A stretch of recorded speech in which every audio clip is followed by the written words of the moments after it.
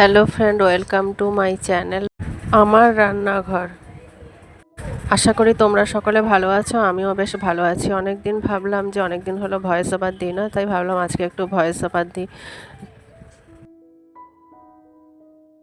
আমাদের ঘরে সন্ধেবেলায় বাইরের খাবারের চল একেবারেই নেই, তাই যেটাই ইচ্ছে হয় আমাকে ঘরে বানিয়ে খাওয়ার সেই পারমিশনটা দেয় যে তুমি তুমি ঘরে বানিয়ে খাও, যত ইচ্ছা খাও, তাতে কোনো আপত্তি নেই। কিন্তু ওই কথায় কথায় বাইরে থেকে খাবার এনে খাওয়া আমাদের ঘরে একদমই চলে না। আজকে হঠাৎ মনে হলো কটা আলুর চপ বানাই। তো এটাকে আলুর চপ বলি, আমাদের এখানে আলুর চপ বলে। কিন্তু জানো তো, দূরপাল্লার ট্রেনে বেড়াতে গেলে এরকমভাবে কিন্তু আলুর এই চপগুলোকে ওরা কিন্তু আলু বড়া বা এরকম টাইপের কিছু একটা বলে। তো আমি ভাবলাম যে ওদের মতন করেই আজকে একটু বানাই। তো দেখতে থাকো রেসিপিটা, আশা করি সবার ভালো লাগবে।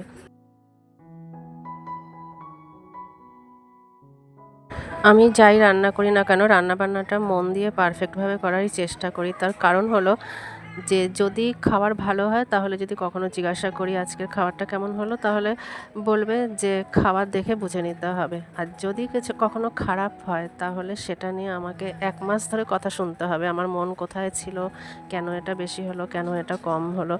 তো আচ্ছা বলো তো, যদি খারাপ হয় সেটা যদি বারবার বলতে পারে, তো ভালো হলে তাহলে কেন আমাকে সেটা বুঝে নিতে হবে খাবার দেখে আজকে কেমন হলো, তাই না?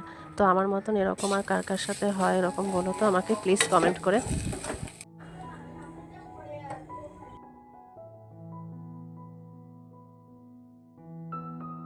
প্রত্যেক মানুষেরই নিজের কিছু না কিছু যোগ্যতা আছে। আমি মনে করি প্রত্যেকেরই এই যোগ্যতাগুলোকে কাজে লাগানো উচিত, সময়টাকে অবহেলা না করে, তাই না?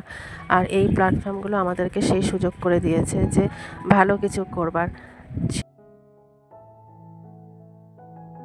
নিজের গুণ নিজেকেই প্রকাশ করতে হবে, কেউ ঢাকঢোল পিটিয়ে প্রকাশ করে দেবে না। তাই প্রত্যেকেরই উচিত যার যেটা যোগ্যতা আছে সে সেই অনুযায়ী কাজ করার। দেখতেই পেলে অনেক কথা বলতে বলতে আমার পুরটা রেডি হয়ে গেছে। খেতে কিন্তু অসম্ভব ভালো হয়েছিল। নিজের তকমা নিজে দিচ্ছি না, সত্যিই বলছি, খুব ভালো হয়েছিল খেতে। একবার তোমরা এইভাবে বানিয়ে দেখতে পারো, খেতে কিন্তু দারুণ লাগবে।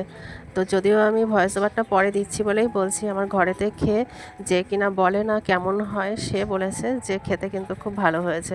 তো সেজন্যই বললাম তোমরাও একবার প্লিজ ট্রাই করে দেখবে, খেতে কিন্তু দারুণ হয়েছিল। তো রেসিপিটা যদি ভালো লাগে প্লিজ লাইক কমেন্ট করবে, আর তোমরাও বানিয়ে খেয়ে বলবে যে কীরকম লাগলো খেতে। আবার দেখা হবে পরের ভিডিওতে। ততক্ষণের জন্য টাটা বাই, ভালো থেকো, শুভরাত্রি।